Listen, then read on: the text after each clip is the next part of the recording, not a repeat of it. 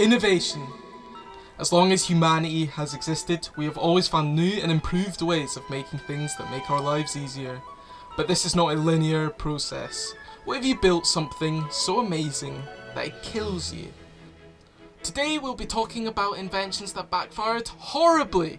From flying tailors, radioactive energy drinks, a submarine from hell, and chemical nightmares. In this first section, I will cover people whose self-testing resulted in catastrophe. So let's get into the first person in our list.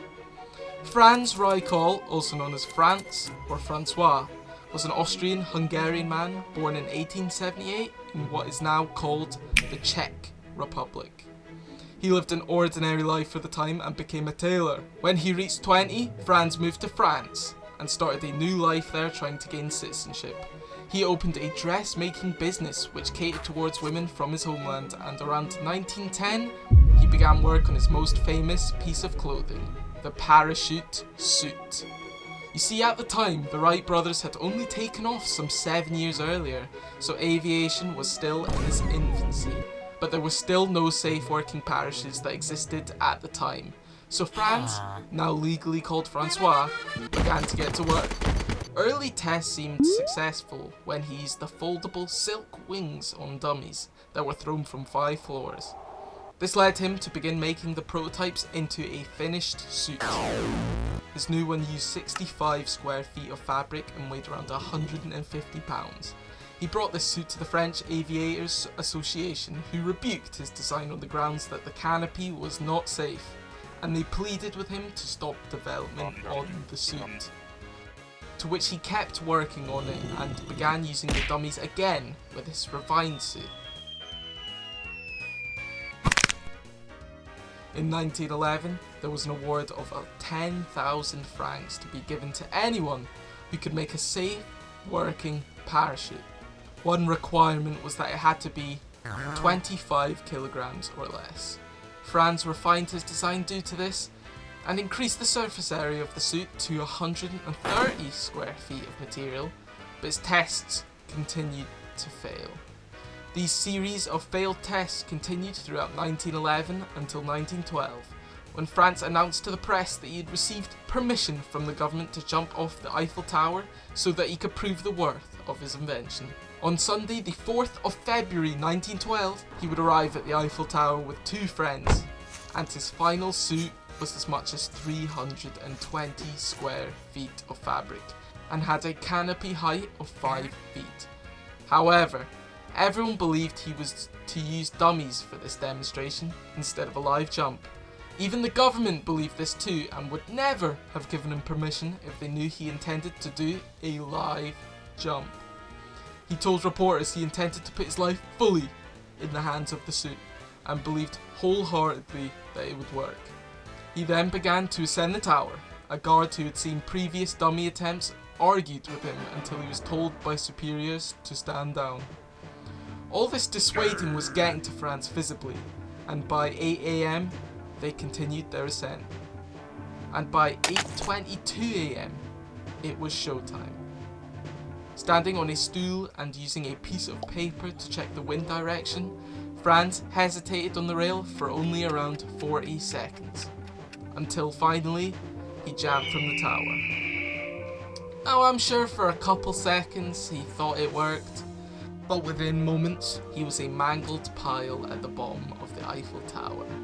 He was bleeding from virtually every orifice and was dead before onlookers even reached his body.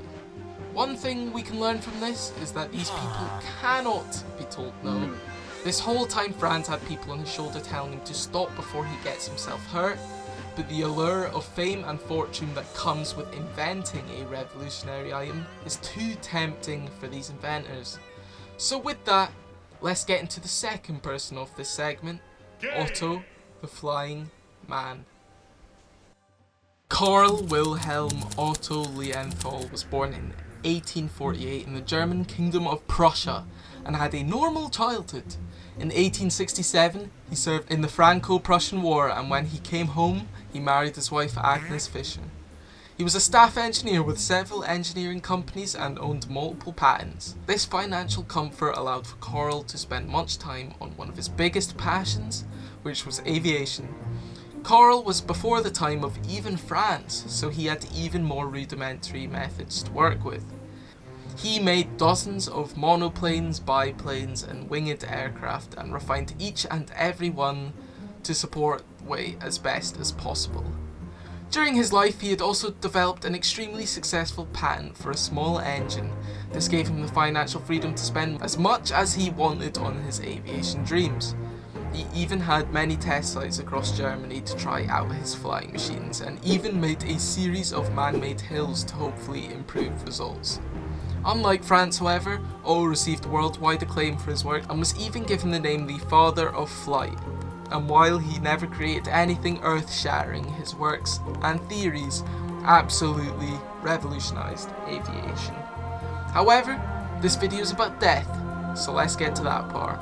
In 1896, Otto, like many other days, was at the Rhino Hills, a test site he often visited where he conducted 4 tests in his normal glider. The first 3 were a success, but on the 4th, Otto made a sudden upward movement, to which the glider sharply went down.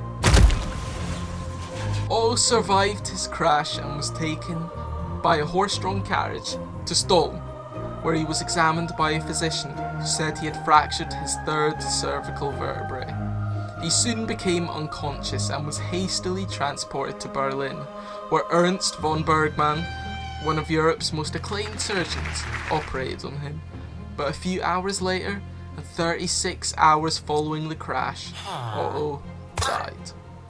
While Otto was a smart and careful man who provided much to his field, like most inventors, a small mistake led to his undoing. So let's get to the last person in the self-testing segment, shall we? Karl Suchek was born in 1947 and was a tank commander from Czechoslovakia who later emigrated to Canada. He was known as a daredevil stuntman who performed flying stunts, wing walking, skydiving and motorcycle stunts on the regular. In 1984, Suchek prepared for his most dangerous stunt yet, to which he prepared to go down the Niagara Falls in a barrel. To the surprise of everybody watching, he actually did survive this, and this incident was not actually what put him down. That occurred in 1985. He convinced a corporation to finance him being dropped off the Houston Astrodome in a barrel into a tank of water. On the day after the barrel was pushed and began to make its 55-meter descent, the barrel adjusted course slightly and hit the side of the tank of water. This severely injured Suchek, to which he died on the scene, putting an end to one of Canada's greatest stuntmen. However, if Evel Knievel is even telling you to stop and to not go through with a stunt, you should probably listen. This puts an end to the self-testing segment of this video, and let's head into toxic inventions. These may have a bit more of a body count than the last section purely due to the fact that these all contain toxic elements, which can kill far more people than just basic carelessness. Without further ado, let's get started. Thomas Midgley Jr. was born in 1889 and was an American mechanical and chemical engineer. He played a big role in the development of both Freon, an addictive chemical, as well as leaded gasoline, which needs no introduction for how much harm it has caused for both the environment as well as the day-to-day American. This has led to millions of Americans having trace amounts of lead in their systems and heightens your risks of health defects exponentially. Now let's get to Midgley. Out of all so far, he had easily the most spoiled childhood, having a long family history of inventing. In 1911, he graduated from Cornell and got straight to work at General Motors. To say the production of leaded gasoline was scummy was an understatement. While tons of staff would die during and after production due to lead poisoning, the company still claimed it was entirely safe to use. By the way, that point in 1923, Midgley already had lead poisoning. However, they must have paid him handsomely as he continued to tout its usefulness regardless of his health's decline. While he was highly awarded for his advancements, his health declined further until 1940, when he contracted polio and was left severely disabled. To help him out of bed, he made a pulley system which did work for a time, but 4 years later, at aged 55, he was found hung by his own device in his bedroom. What a bloody shame! The second person on our list is a man by the name of Evan Byers, and unlike others here, he really didn't do anything wrong, and it was no fault for the circumstances that came next. Evan was born in 1880 and had a blooming career in golf. He later became the head of his father's iron company. This led to 1927, when Byers sustained an arm injury while falling from a sleeping berth. For his nagging pain, he was given Radithor by his doctor. Now, if you didn't know, this is just basically radioactive water, and was advertised as a miracle energy drink. Doctors sold it as they gained a kickback for every prescription sold, so all the shitty quacks in the 20s and 30s wore the piece. Byers felt fine until he no longer got the pep that he used to by drinking it. In 1930, after around 1,400 doses taken by Byers, in the best of words, he began to melt. So much so that in 1931, the Federal Trade Commission wanted his testimony against the use of Radithor, but he was too weak to come in person. The man who was sent to see him claimed that all that remained of his jaws were 2 teeth on the upper half. In 1933, he died due to radiation poisoning. This is one of the more tragic ones, as this would have happened to thousands just like Byers. This ends the toxic segment as I head into the finale: military and engineering failures. Oh, I can finally see the light at the end of the tunnel. So let's get straight into it. When do you think submarines began being used in war? World War I? World War II? You'd be wrong to think either, as they were trying to use them in the American Civil War. Now, let me introduce you to the H.L. Hunley, used by the Confederates as it was deployed for service on the 17th of February 1864. Now, while it was a submarine, it couldn't actually submerge, and it had to remain partially out of the water. It became the first submarine to sink a warship, that being the USS Housatonic. Sadly, however, it was a heap of shit at heart, and sank while trying to get home, and its 20+ man crew sank to the depths, until it was raised in 2000 so it'd be displayed in a museum. The Sultana was an old school US steamboat created at the John Lithberry Boatyard in Cincinnati, Ohio. This heifer was mainly supposed to be used in the cotton trade, and would commonly travel the Mississippi from St. Louis to New Orleans. It had a crew of 85 and a max capacity of 376 passengers, and lugged hundreds of tons of cotton up the Mississippi.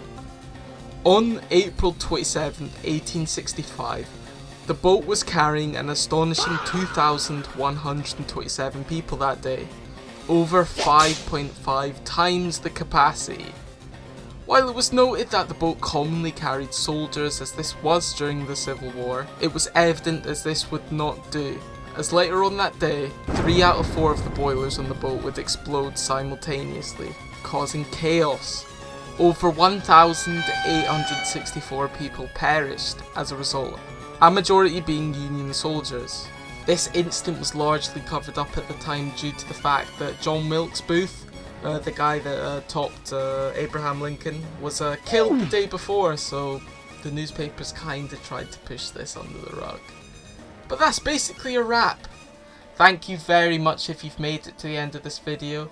I was gonna talk about Bhopal, but it would probably need its own video if I was gonna talk about that, so let me know if you're interested.